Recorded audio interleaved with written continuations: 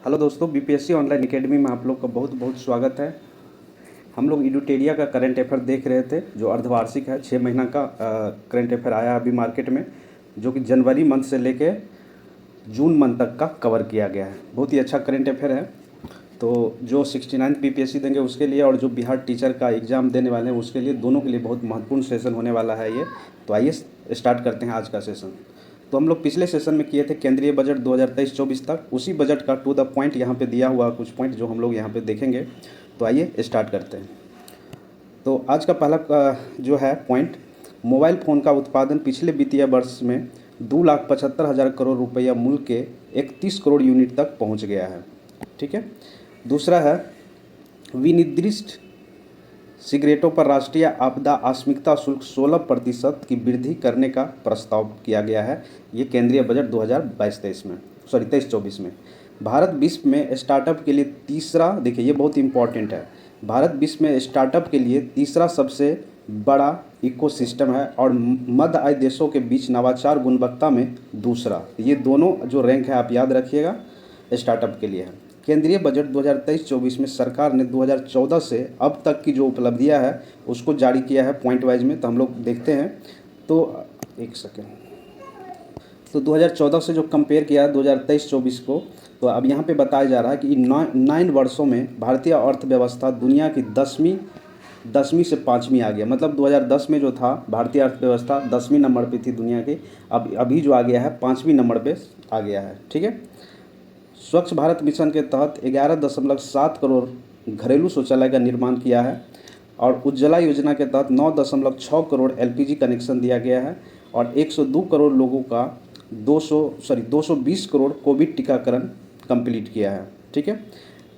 PM Jan Dhan योजना के तहत 47.8 करोड़ बैंक खाते खोले गए हैं। तो ये डेटा था 2014 से लेकर, अगर हम लोग 2023-24 की बात करें तो यहाँ पे कुछ और डेटा दिया हुआ है। पीएम सुरक्षा बीमा एवं पीएम जीवन ज्योति योजना के तहत 44.6 करोड़ व्यक्तियों के लिए बीमा कवर किया गया है।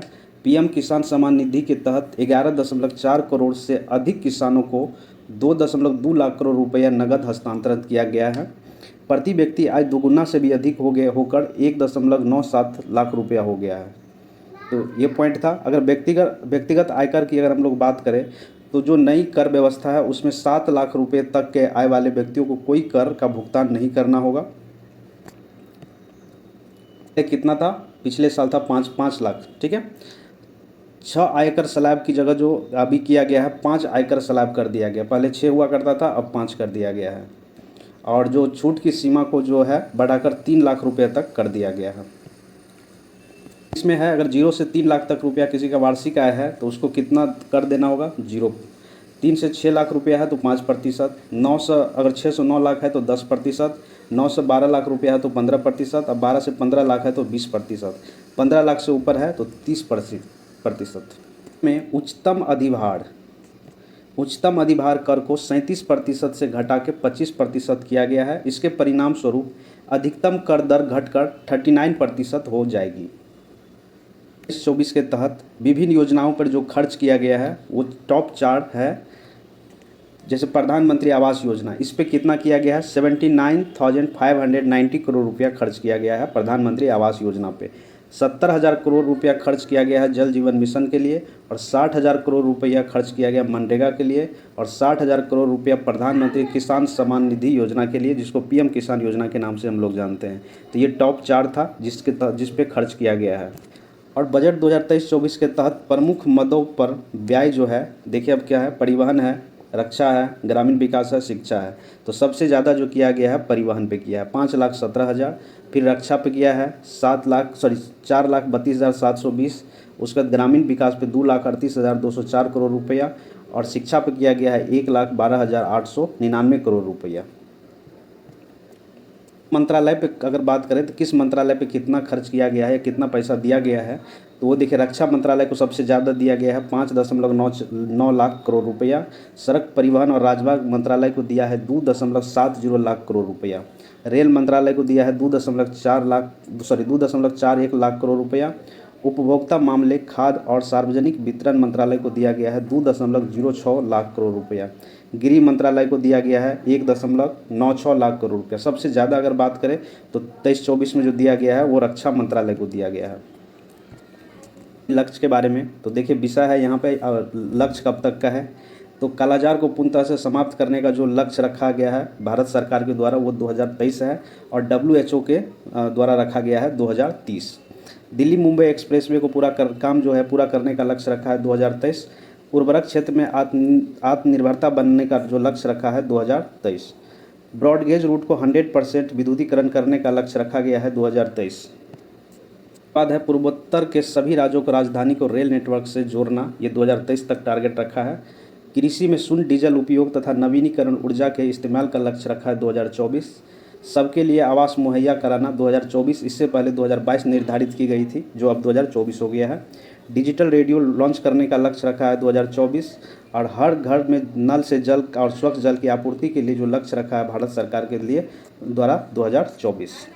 अगला है सड़क दुर्घटना से होने वाली मौत को 50% तक कम करने का लक्ष्य रखा गया है 2024।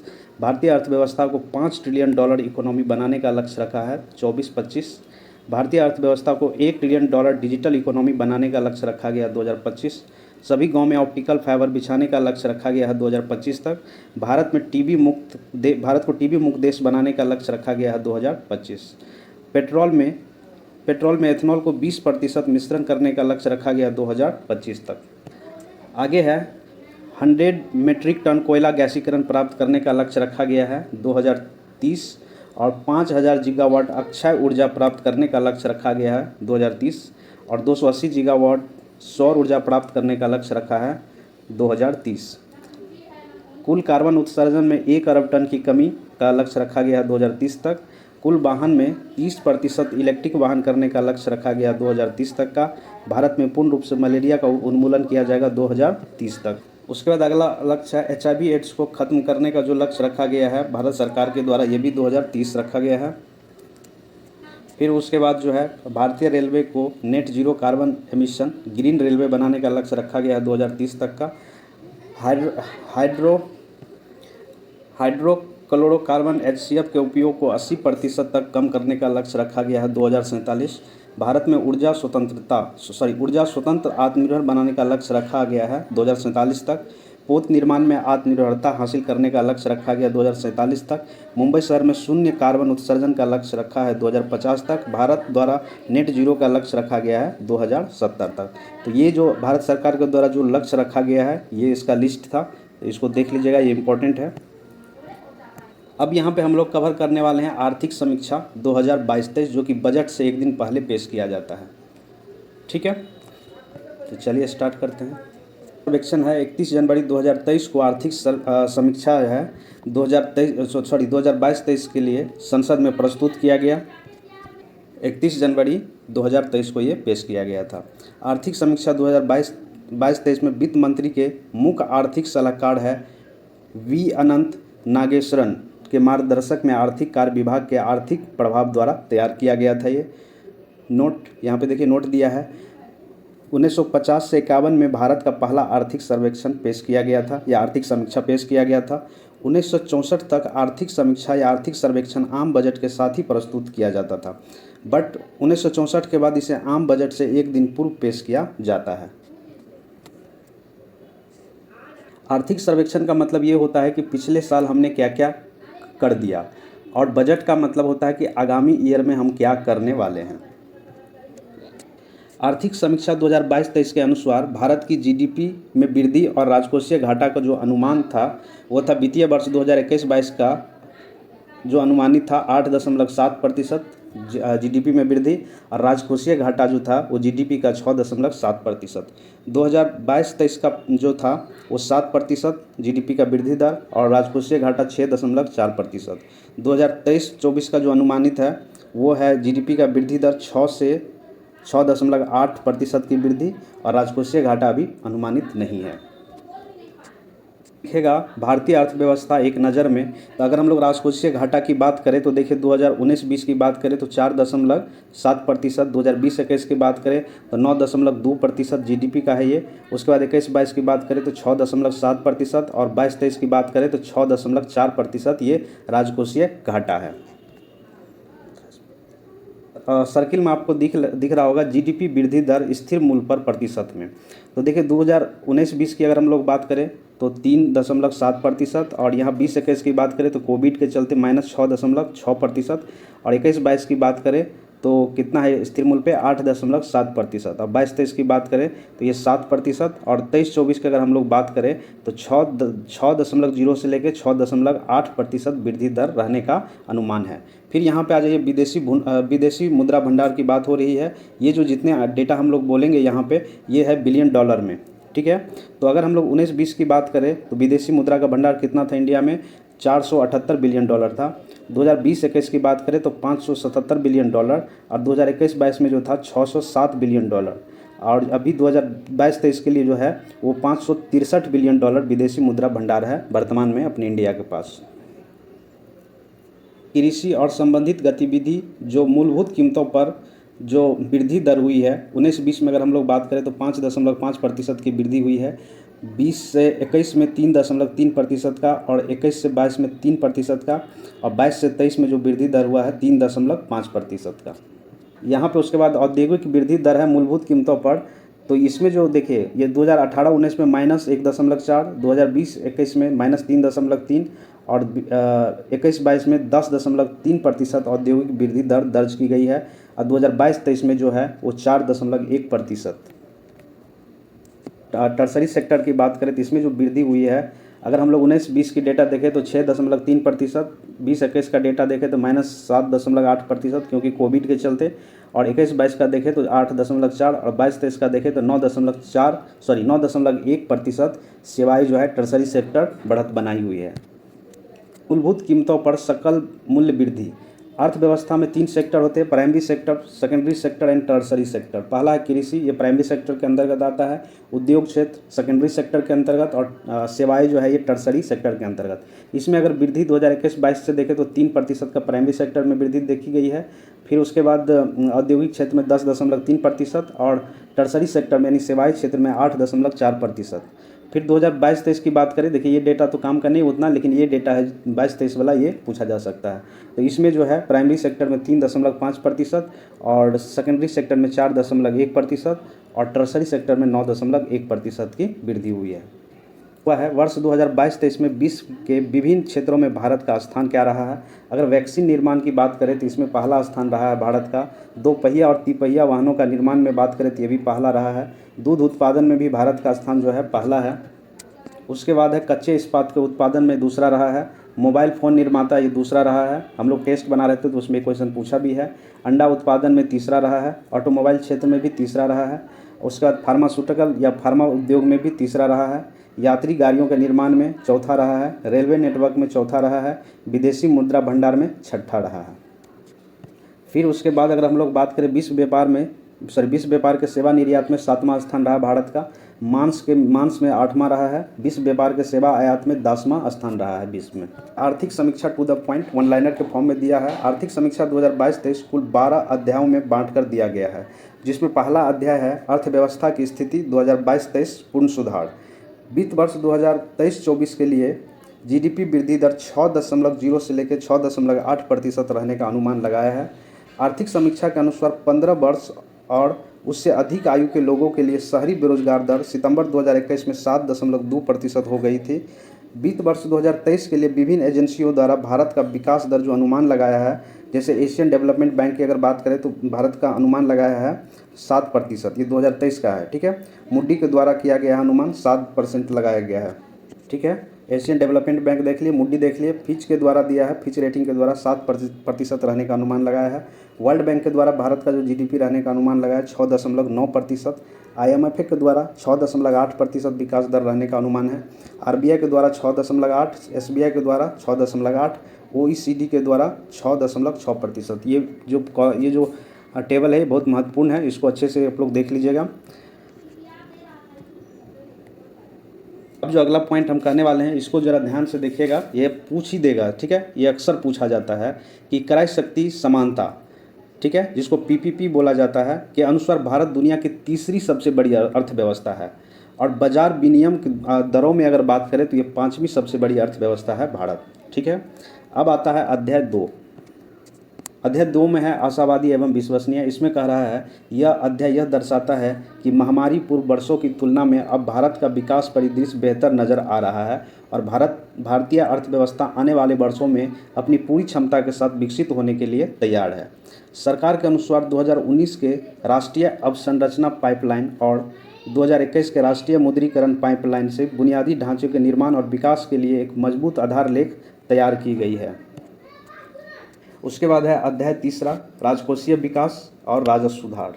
अब इसमें कह रहा है कि अप्रैल से नवंबर 2022 के दौरान सकल कर राजस्व में 15.5% की वार्षिक वृद्धि दर्ज की गई है, जो कि प्रत्यक्ष कर और अप्रत्यक्ष कर जीएसटी में दमदार वृद्धि से संभव हुई है, ठीक है।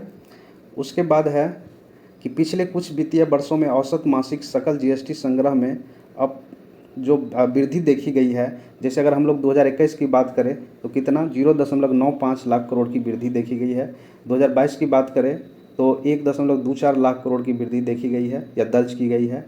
उसके बाद 2023 की बात करें तो 1.49 लाख करोड़ रुपया की वृद्धि देखी गई है जीएसटी संग्रह में। चालू वित्त वर्ष के दौरान राजस्व व्यय की आवश्यकता काफ़ी अधिक रहने के बावजूद केंद्र सरकार ने पूंजीगत व्यय पर विशेष जोर दिया है कि सरकार की पूंजीगत व्यय आधारित विकास रणनीति से भारत में विकास दर एवं ब्याज दर के बीच जो अंतर को जो है धनात्मक रखने में मदद मिलेगी, जिससे आने वाले वर्षों में ऋण जीडीपी अनुपात को एक दायरे में रखना संभव हो पाएगा। उसके बाद है अध्याय 4। इसमें है मौद्रिक प्रबंधन और वित्तीय मध्यस्थता एक अच्छा वर्ष। इसमें कह रहा है कि आरबीआई ने पॉलिसी रेपो दर में संचयी तौर पर 2.25 आधार अंकों की वृद्धि की गई है।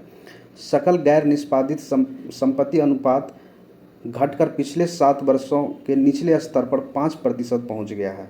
भारत ने वित्तीय वर्ष 2023 अप्रैल से दिसंबर में घरेलू शेयर बाजार प्रदर्शन में अपने समकक्षों को पीछे छोड़ा है।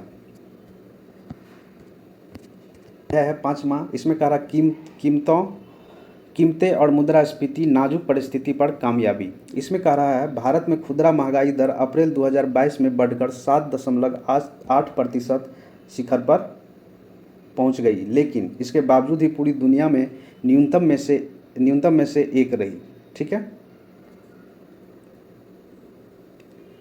उसके बाद की बात है कि सरकार ने घरेलू आपूर्ति सुनिश्चित करने के लिए महंगाई रोकने के लिए बहुगामी रणनीति अपनाई, जो कि निम्नलिखित है। प्रमुख कच्चे माल, तो इसके प्रमुख ये है, प्रमुख कच्चे माल फेरोनिकल, कोकिंग कोक जो है इत्यादि पर आयात शुल्क घटाकर शून्य कर दिया गया है। पेट्रोल और डीजल के उत्पादन शुल्क में चरणबद्ध कटौती की गई है। कपास पर सीमा शुल्क माफ़ कर दिया गया है, मतलब कपास पर अब सीमा शुल्क देने की ज़रूरत नहीं है। गेहूँ के निर्यात पर रोक लगा दी। अगला अध्याय है 6 नंबर। इसमें कहा जा रहा है सामाजिक अवसंरचना और रोजगार। ये कह रहा जीवन को बेहतर गुणवत्ता के लिए सरकारी व्यय में वृद्धि की गई है। स्वास्थ्य क्षेत्र पर केंद्र एवं राज्य सरकार का अनुमानित व्यय बढ़कर वित्त वर्ष 2023-24 में जीडीपी का 2.1% हो गया है। बाल मृत्यु दर, जो 5 साल में कम उम्र के बच्चों की मृत्यु दर और नवजात शिशु के मृत्यु दर में गिरावट दर्ज की गई है। 4 जनवरी 2023 तक आयुष्मान भारत योजना के तहत लगभग 22 करोड़ लाभार्थियों का सत्यापन किया गया। मतलब 4 जनवरी 2023 तक जो है 22 करोड़ लोग इसका लाभ उठा चुके हैं आयुष्मान भारत योजना का। ये है आयुष्मान भारत के तहत देश भर में 1.54 लाख से अधिक स्वास्थ्य एवं वेलनेस केंद्र को चालू किया गया है। आर्थिक समीक्षा में प्रकाश डाला गया है कि यूएनडीपी के बहुगामी गरीबी सूचकांक रिपोर्ट 2022 के अनुसार भारत में 41.5 करोड़ लोग वर्ष 2005-06 से वर्ष 2019-20 के बीच गरीबी से उबरे हैं। वर्ष 2023 से 2027 तक 14,500 से अधिक पीएम श्री स्कूलों का निर्माण किया जाएगा, ठीक है। मतलब ये 5 या 4 वर्षों में कह सकते हैं कि 14,500 पीएम श्री स्कूल का निर्माण किया जाएगा। आर्थिक समीक्षा के अनुसार 6 जनवरी 1923 तक कोविड टीके की 220 करोड़ से अधिक खुराक लोगों को दी गई। असंगठित कामगारों का एक राष्ट्रीय डेटाबेस बनाने के लिए ई श्रम पोर्टल विकसित किया जा रहा है। ये क्वेश्चन पूछता है ई श्रम पोर्टल है किससे संबंधित है, तो ये है असंगठित कामगारों से। ठीक है, ये इंपॉर्टेंट है, इसको याद रख लीजिएगा आप लोग। और इसमें कहा गया है कि 31 दिसंबर 2022 तक कुल मिलाकर 28.5 करोड़ से भी अधिक असंगठित कामगारों के ई श्रम पोर्टल पर अपना पंजीकरण करवाया है। साथ है जलवायु परिवर्तन और पर्यावरण के क्षेत्र में क्या हुआ है देखते हैं। तो भारत में वर्ष 2070 तक शून्य कार्बन उत्सर्जन का लक्ष्य हासिल करने के लिए नेट जीरो संकल्प व्यक्त किया है। ये इंपॉर्टेंट है, एकदम याद रख लीजिए लोग ये सब। अब भारत ने गैर जीवाश्म ईंधन से 40% अधिष्ठापित बिजली क्षमता का अपना लक्ष्य 2030 से पहले ही हासिल कर लिया। आगे है भारत ने अब 2030 तक गैर जीवाश्म ईंधन से 50% संचयी विद्युत ऊर्जा स्थानांतरित क्षमता हासिल करने का लक्ष्य रखा है। गैर जीवाश्म ईंधन से संभावित अधिष्ठापित क्षमता वर्ष 2030 तक 500 गीगावाट से अधिक हो जाएगी। और इसमें कह रहा है इससे वर्ष 2014-15 की तुलना में वर्ष 2029-30 तक औसत उत्सर्जन दर में लगभग 29% की कमी आएगी। आगे है भारत अपनी जीडीपी की उत्सर्जन तीव्रता को वर्ष 2005 के स्तर की तुलना में 2030 तक 45% तक कम कर देगा। पर्यावरण के लिए जीवन शैली लाइफ के रूप में जन आंदोलन शुरू किया जाएगा।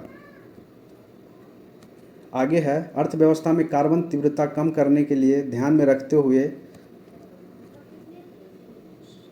सॉवरेन ग्रीन बॉन्ड फ्रेमवर्क नवंबर 2022 में जारी किया गया। सॉवरेन ग्रीन बॉन्ड को जारी करने की घोषणा केंद्रीय बजट 2022-23 में किया गया था। इसे जारी करने एवं इनका सत्यापन करने के लिए एक ग्रीन फाइनेंस वर्किंग कमेटी का भी गठन किया गया है। आगे है वर्ष 2047 तक भारत को ऊर्जा स्वतंत्र राष्ट्र बनाने के लिए राष्ट्रीय हरित हाइड्रोजन मिशन शुरू किया गया है। तो ये भी इम्पोर्टेंट है, ये एकदम आप लोग रट लीजिएगा। राष्ट्रीय हरित हाइड्रोजन मिशन द्वारा वर्ष 2030 तक कम से कम 5 MMT मतलब मिलियन मीट्रिक टन की वार्षिक हरित हाइड्रोजन उत्पादन क्षमता विकसित कर ली जाएगी। आगे है राष्ट्रीय हरित हाइड्रोजन मिशन के तहत वर्ष 2030 तक जीवाश्म ईंधन के आयात में 1 लाख करोड़ रुपया से भी अधिक की संचयी कटौती की जाएगी। वर्ष 2030 तक नवीनीकरण ऊर्जा क्षमता में लगभग 125 गीगावाट की वृद्धि की जाएगी और ग्रीन हाउस गैस को वार्षिक उत्सर्जन में लगभग 50 MMT की कमी की जाएगी। अक्टूबर 2022 तक राष्ट्रीय सौर मिशन के तहत 61.6 गीगावाट सौर ऊर्जा क्षमता जो है अधिष्ठापित किया जा चुका है।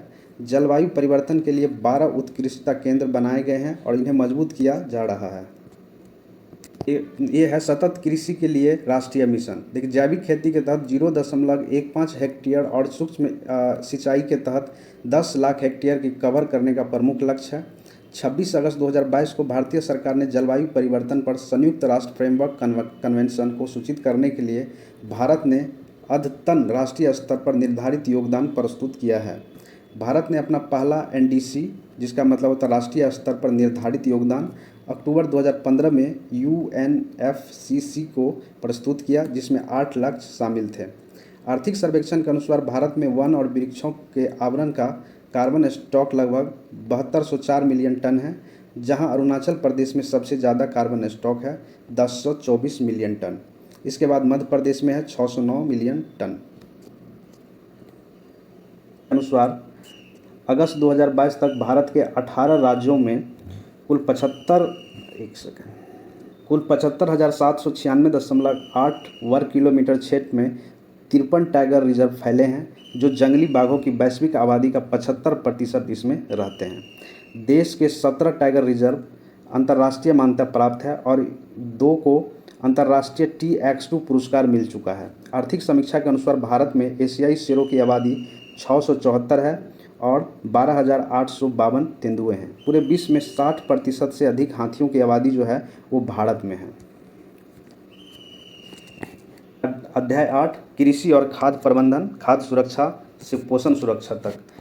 प्रथम अग्रिम अनुमान 2022-23 के अनुसार भारत में 315.7 मिलियन टन कुल खाद का उत्पादन हुआ, जिसमें खरीफ फसलों का उत्पादन 104.9 मिलियन टन अनुमानित है। पिछले 6 वर्षों के दौरान भारतीय कृषि क्षेत्र 4.6% की औसत वार्षिक वृद्धि दर से प्रगति कर रहा है, जो कि यहाँ पे आप लोग देख सकते हैं। कृषि और संबंधित क्षेत्र में फाइनेंशियल ईयर 2020 का देखें तो 5.5% की वृद्धि हुई है। फाइनेंशियल ईयर 2021 में 3.3 और फाइनेंशियल ईयर 2022 में 3%। वर्ष 2021-22 में कृषि और संबंध क्षेत्र में सिर्फ 3% वृद्धि दर्ज देखी गई है।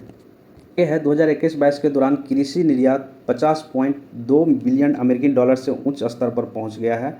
2018-19 के केंद्रीय बजट में घोषणा की गई किसानों को सभी जरूरी फसल की उत्पादन लागत का कम से कम 1.5 गुना न्यूनतम समर्थन मूल्य दिया जाएगा। कृषि वर्ष 2018-19 के बाद से खरीफ रबी समेत सभी 22 फसलों के लिए एमएसपी दिया जा रहा है। अभी वर्तमान में कितने फसल के लिए एमएसपी दिया जा रहा है? तो 22। अब एक बार आप लोग गूगल करके देख लीजिएगा इस 22 में कौन कौन से सम्मिलित हैं।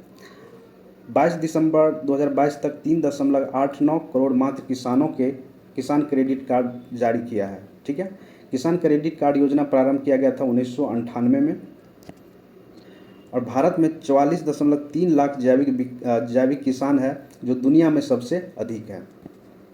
परंपरागत कृषि विकास योजना के तहत किसान उत्पादक संगठनों के माध्यम से जैविक कृषि को बढ़ावा दिया जा रहा है। 59.1 लाख हेक्टेयर क्षेत्र को वर्ष 2021-22 में जैविक खेती के तहत लाया गया। तीसरे अग्रिम अनुमान 2021-22 के अनुसार 342.3 मिलियन टन बागवानी फसलों का रिकॉर्ड उत्पादन हुआ। संयुक्त राष्ट्र महासभा ने मार्च 2021 के दौरान अपने 75वें सत्र में वर्ष 2023 को अंतर्राष्ट्रीय मोटा अनाज वर्ष घोषित किया गया है। ये बहुत महत्वपूर्ण है। 2023 को क्या घोषित किया गया है? संयुक्त राष्ट्र महासंघ के द्वारा अंतर्राष्ट्रीय मोटा अनाज का वर्ष घोषित किया गया है। अंतर्राष्ट्रीय पोषक अनाज वर्ष पहल के माध्यम से भारत मोटे अनाज का बढ़ावा देने के लिए अग्रिम भूमिका निभा रही है। आगे है वर्ष 2021-22 के चौथे अग्रिम अनुमान के अनुसार भारत में 50.9 मिलियन टन से अधिक मोटे अनाज का उत्पादन किया है, जो एशिया के 80% और विश्व के लगभग 20% है। सहकार से समृद्धि विजन को साकार करने के लिए जुलाई 2021 में सहकारिता मंत्रालय की स्थापना की। तो सहकारिता मंत्रालय का स्थापना कब किया गया था? जुलाई 2021 में। 2021-22 के दौरान कृषि खाद्य निर्यात का मूल्य भारत के कुल निर्यात का 10.9% था। सरकार ने 1 जनवरी 2023 से 1 वर्ष के लिए राष्ट्रीय खाद्य सुरक्षा अधिनियम के तहत लगभग 81.4 करोड़ लाभार्थी को मुफ्त खाद्यान्न देने का ऐतिहासिक निर्णय लिया। आगे है, इसके तहत सरकार अगले 1 साल के लिए लाभार्थियों को प्रति व्यय 5 किलोग्राम और अंत्योदय अन्न योजना के लाभार्थी को 35 किलो प्रति परिवार मुफ्त में खाद्यान्न उपलब्ध कराएगी। आगे है, कोविड-19 महामारी के चलते गरीबों को हुए आर्थिक व्यवधान के कारण अप्रैल से जून 2020 की अवधि के लिए प्रधानमंत्री गरीबी कल्याण अन्न योजना चरण 1 की शुरुआत हुई। अभी तक इसके आगे भी विभिन्न चरणों को लागू किया जा चुका है। चरण 7वां अक्टूबर से दिसंबर 2022 को शामिल करने वाला नवीनतम चरण है। इसके तहत राष्ट्रीय खाद्य सुरक्षा अधिनियम के अधीन लाभार्थियों को प्रति व्यक्ति प्रति माह 5 किलो अतिरिक्त खाद्य मुफ्त में प्रदान किया जाता है। पीएम किसान के अंतर्गत 11.3 करोड़ किसानों की वित्तीय सहायता उपलब्ध कराई गई। राष्ट्रीय कृषि विपणन योजना ई नाम के तहत 1.74 करोड़ किसान को 2.3 लाख लाभार्थियों को शामिल किया गया है। आगे है अध्याय नंबर 9, इसमें है उद्योग अस्थायी विकास। सकल घरेलू उत्पाद के हिस्से के रूप में वस्तु और सेवाओं का निर्यात वित्त वर्ष 2016 के बाद सबसे अधिक रहा। भारत विश्व का दूसरा सबसे बड़ा मोबाइल फ़ोन निर्माता बन गया है। ये भी याद रखिएगा, ये इंपॉर्टेंट है। ठीक है, भारत विश्व का दूसरा सबसे बड़ा मोबाइल फ़ोन निर्माता बन गया है, मतलब सबसे ज़्यादा सेकेंड स्थान पे आता है विश्व में, जिसने हैंडसेट का उत्पादन वित्त वर्ष 2021 में 29 करोड़ यूनिट भारत में कर दिया। भारत विश्व को सबसे अधिक जेनेरिक दवाओं उपलब्ध कराने वाला देश है। जेनेरिक दवा सबसे ज़्यादा कहाँ बनता है? भारत में, जो मात्रा के आधार पर वैश्विक आपूर्ति में 20% की हिस्सेदारी रखता है। के सेक्टर में अगर बात करें तो फार्मा उद्योग में भारत दुनिया में तीसरे और मूल्य के आधार पर 14वें स्थान है भारत का। फार्मा उद्योग में प्रत्यक्ष विदेशी निवेश में 4 गुना वृद्धि हुई है।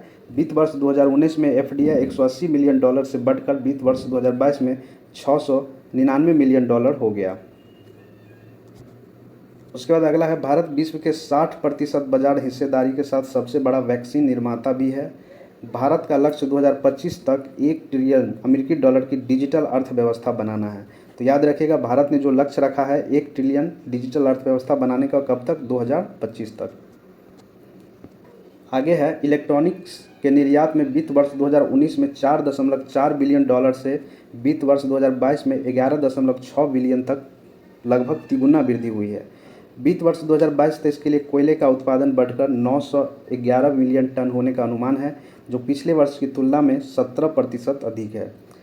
वैश्विक मुल्क श्रृंखला में भारत के समेकन और बढ़ावा के लिए मेक इन इंडिया 2.0 की शुरुआत की गई है। यह 27 क्षेत्र पर ध्यान केंद्रित कर रहा है, जिसमें 15 विनिर्माण क्षेत्र और 12 सेवा क्षेत्र शामिल है। मेक इन इंडिया 2.0 27 क्षेत्र के साथ 24 उप क्षेत्रों के विकास को बढ़ावा देने का प्रयास कर रहा है। यह मेक इन इंडिया कार्यक्रम के उद्योग के अनुसरण में और आत्मनिर्भरता हासिल करने की दृष्टि से सरकार ने पीएलआई योजना शुरू की है। पीएलआई योजना भारत को विश्व आपूर्ति श्रृंखलाओं में शामिल करने के लिए पीएलआई योजना अगले 5 वर्षों में अनुमानित 4 लाख करोड़ पूंजीगत व्यय के साथ 24 श्रेणियों में शुरू की गई है। वित्त वर्ष 2022 में पीएलआई योजना के अंतर्गत 47,500 करोड़ रुपया निवेश देखा गया है। शक्ति का स्रोत है, तो ये आइए देखते हैं। वित्त वर्ष 2022-23 में सेवा क्षेत्र में 9.1% की दर से बढ़ने का अनुमान है। ठीक है, सेवा क्षेत्र में कितने, मतलब टर्सरी सेक्टर में 9.1% की वृद्धि दर्ज की गई है। वित्त वर्ष 2021-22 में भारत का सेवा निर्यात $254.5 बिलियन रहा। वित्तीय सेवा को परिवर्तित करने के लिए 75 डिजिटल बैंकिंग इकाई की घोषणा की गई है। विश्व निवेश रिपोर्ट 2022 के अनुसार प्रत्यक्ष विदेशी निवेश सेवा के क्षेत्र में सूची में भारत को 7वां सबसे बड़ा प्राप्तकर्ता के रूप में दर्शाया गया है। बीमा कंपनियों में एफडीआई की सीमा 49% से बढ़कर 74% कर दिया गया है। ठीक है, ये भी इम्पोर्टेंट है, याद रख लीजिएगा। भारतीय बीमा बाजार दुनिया में 10वां सबसे बड़ा बाजार है और इसमें कहा जा रहा है कि वैश्विक क्षेत्र। तो अप्रैल से दिसंबर 2022 के दौरान व्यापारिक निर्यात जो है $332.8 बिलियन रहा है। अप्रैल से दिसंबर 2022 के दौरान व्यापार आयात जो है 551.7 बिलियन रहा है। भारत ने अब तक 13 मुक्त व्यापार समझौता किए हैं, जिस इस सूची में सबसे नया भारत ऑस्ट्रेलिया आर्थिक सहयोग और व्यापार समझौता है, जिस पर 2 अप्रैल 2022 को हस्ताक्षर किया और 29 दिसंबर 2022 को प्रभावी हुआ था। इससे पहले भारत यूएई व्यापक आर्थिक साझेदारी समझौता हुआ है, जिस पर 18 फरवरी 2022 को हस्ताक्षर किया गया और ये आधिकारिक तौर पर 1 मई 2022 को प्रभावी हो गया था। आसियान सदस्य और 6 अन्य देश WTO सदस्य के बीच क्षेत्रीय व्यापक भागीदारी समझौता 15 नवंबर 2020 को किया गया था, जो 1 जनवरी 2022 को प्रभावी हुआ था।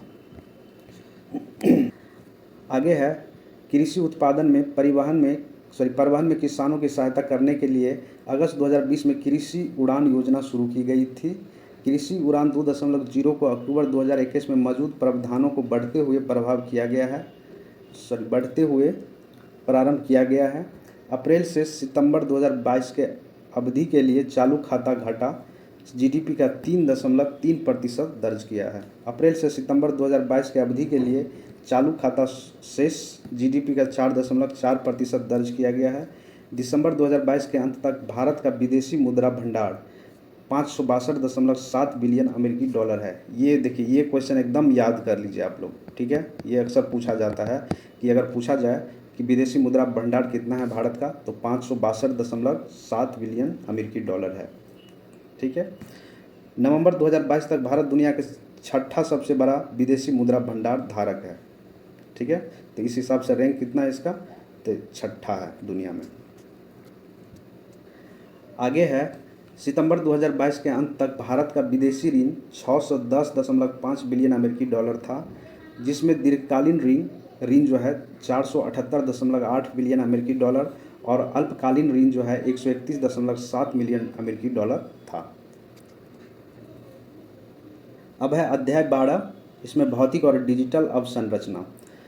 राष्ट्रीय अवसंरचना पाइपलाइन के तहत कुल 141.4 लाख करोड़ रुपये की 89,151 परियोजना का जो शुरुआत किया गया कई चरणों में।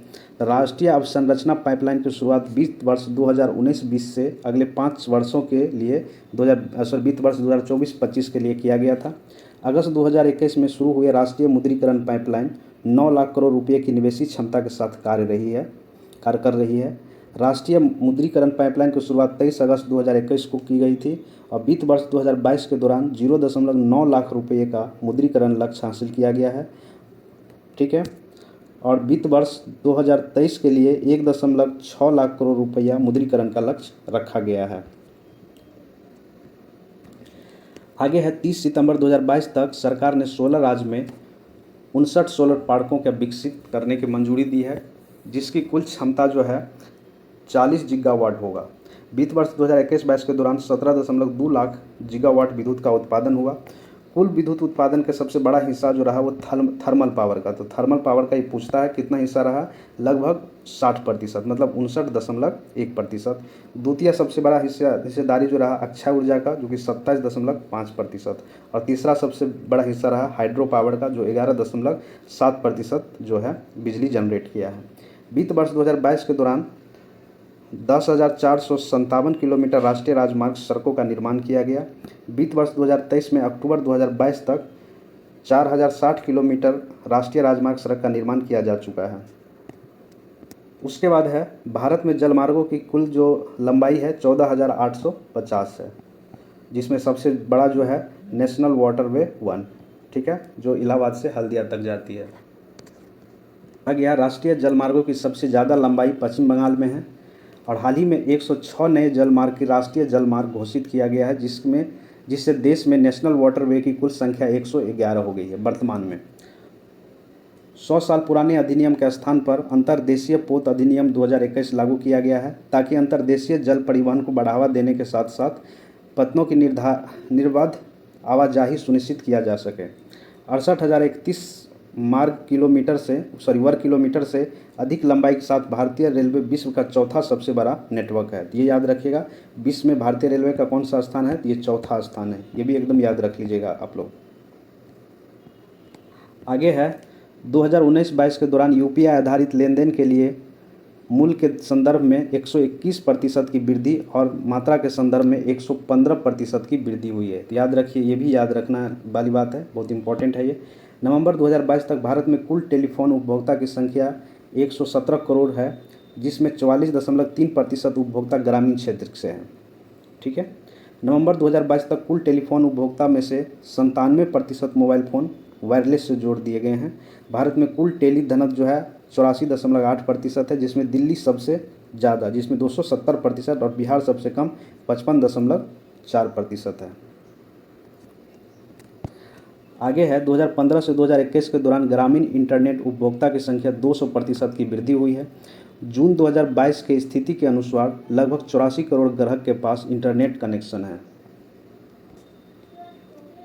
अब देखिए, ये जो डेटा दिया हुआ है बॉक्स में, ये एकदम याद रख लीजिएगा, ये पूछ देगा आपको कि आर्थिक समीक्षा 2022-23 के अनुसार महत्वपूर्ण आंकड़े, जैसे अगर हम लोग बात कर ले विभिन्न संकेत, जैसे कुल प्रजनन दर जो 2019-21 के लिए है, NFHS के द्वारा ये जारी किया गया था। तो ये जो है 2.0, और ये दूसरा है नमूना पंजीकरण प्रणाली के अनुसार वर्ष 2020 के लिए ये भी कितना है, 2.0। मृत्यु दर कितना है, शिशु मृत्यु दर 35.2, और इसके अनुसार कितना है, 28 है। और आगे बात करते हैं हम लोग, शिशु मृत्यु दर देख लिए।